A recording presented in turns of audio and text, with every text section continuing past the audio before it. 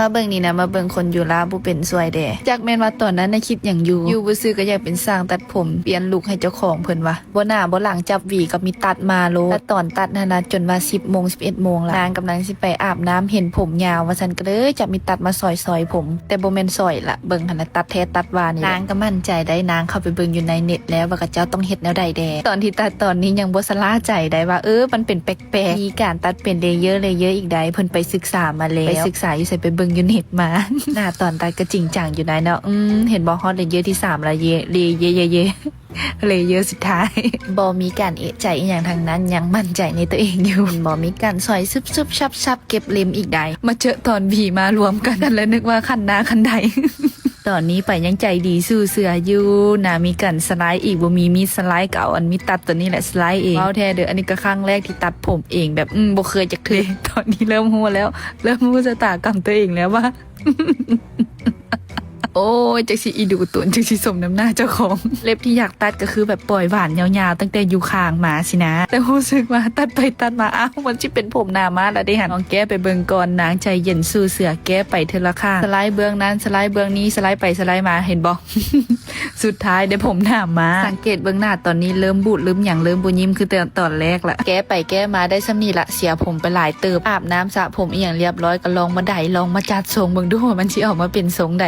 แต่ว่าหน้าม้านะบ่เป็นหน้าม้าเตื่อเลยวีไปวีมาเบิ่งจังซี่คือว่าได้อยู่ได้แต่ฝันหายมันยังบ่อยู่แต่เท่านี้ตอนละนี่ก็คือว่าสวยๆงามๆได้เป็นเลเยอร์คือว่าเสื่อมต่อเสื่อมหยังกันแล้วมาเบิ่งช่วยกันถอนมัดมานี่นะตัดเพิ่นละผมเด้เพิ่นบ่มัดเบิ่ง ปกติตัดผมจะมักให้แบบมัดขึ้นได้เบิดเพราะว่าหยังเวลาไปเวียกไปงานเกาผมเกาหยังมันก็จึงบ่ยากมาเจอบัดนี้ปล่อยหวานคักบ่เจ้า จะเคซีใครก็ได้มาช่วยคอยแน่มาเจอช็อตนี้แล้วมันบึ้ม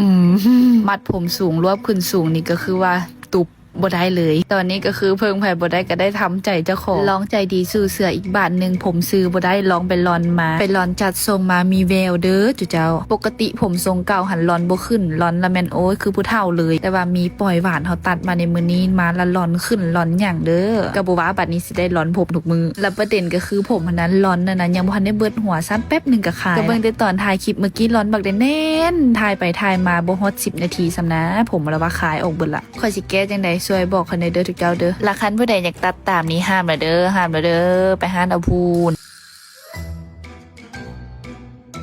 มาเบิ่งนี่นะมาเบิ่งคนอยู่ลาวบ่เป็นสวยแดจากแม่นว่าตอนนั้นน่ะคิดหยังอยู่บ่ซื่อก็อยากเป็นสร้างตัดผมเปลี่ยนลุคให้เจ้าของเพิ่นว่าบ่หน้าบ่หลังจับหวีก็มีตัดมาโลแล้วตอนตัดนั่นน่ะจนว่า 10 โมง 11 โมงละนางกำลังสิไปอาบน้ำเห็นผมยาวว่าซั่นก็เลยจับมีตัดมาซอยผมแต่บ่แม่นซอยละเบิ่งหั่นน่ะตัดแท้ตัดว่านี่นางก็มั่นใจได้นางเข้าไปเบิ่งอยู่ในเน็ตแล้วว่าเขาเจ้าต้องเฮ็ดแนวใดแดตอนที่ตัดตอนนี้ยังบ่สลาใจได้ว่ามันเป็นแปลกๆมีการตัดเป็นเลเยอร์อีกได้เพิ่นไปศึกษามาแล้วไปศึกษาอยู่ใส่ไปเบิ่งอยู่เน็ตมา หน้าตอนตัดก็จริงจังอยู่ได้เนาะ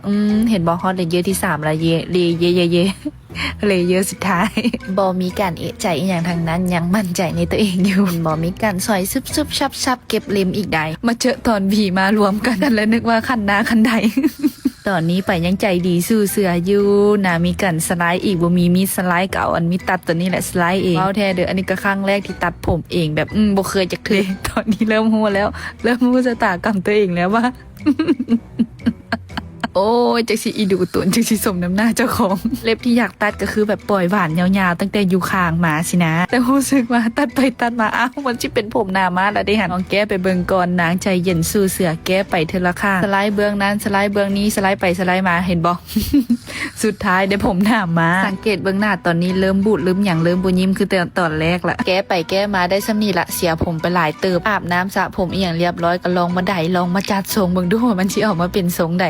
แต่ว่าหน้าม้านะบ่เป็นหน้าม้าเตื่อเลยวีไปวีมาเบิ่งจังซี่คือว่าได้อยู่ได้แต่ฝันหายมันยังบ่อยู่แต่เท่านี้ตอนละนี่ก็คือว่าสวยๆงามๆได้เป็นเลเยอร์คือว่าเสื่อมต่อเสื่อมหยังกันแล้วมาเบิ่งช่วยกันถอนมัดมานี่นะตัดเพิ่นละผมเด้เพิ่นบ่มัดเบิ่ง ปกติตัดผมจะมักให้แบบมัดขึ้นได้เบิดเพราะว่าหยังเวลาไปเวียกไปงานเกาผมเกาหยังมันก็จึงบ่ยากมาเจอบัดนี้ปล่อยหวานคักบ่เจ้า จะเคซีใครก็ได้มาช่วยคอยแน่มาเจอช็อตนี้แล้วมันบึ้ม